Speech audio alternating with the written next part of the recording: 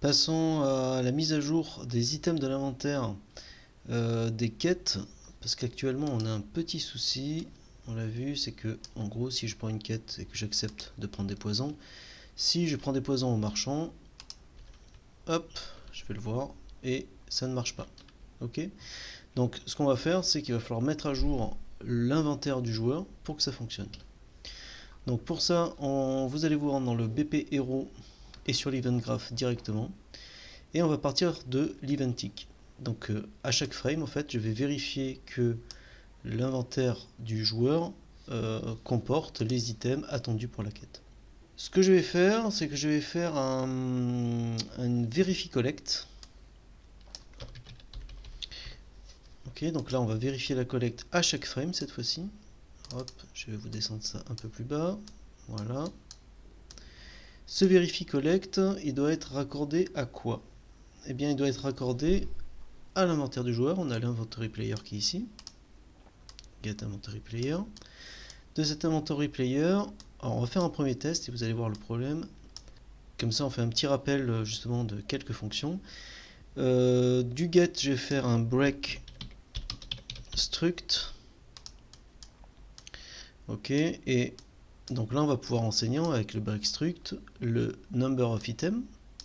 Et pour l'item ref, là, on ne peut pas le raccorder parce que ça, c'est la classe. Donc, on va faire un get actor of class.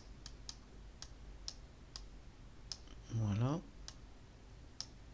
Qu'on va mettre sur l'item ref.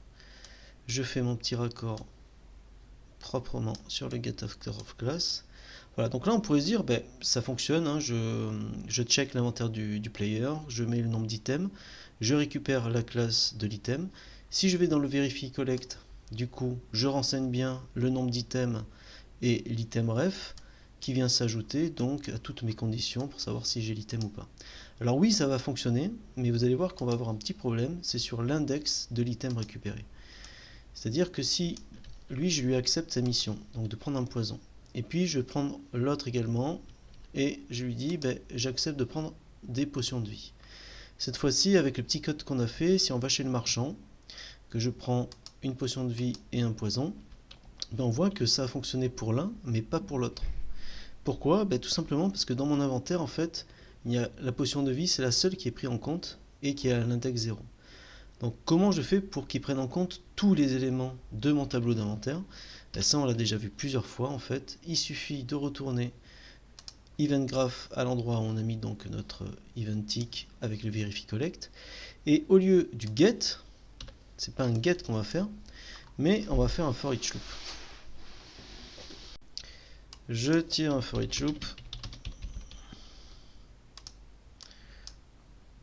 Je le raccorde à l'exe.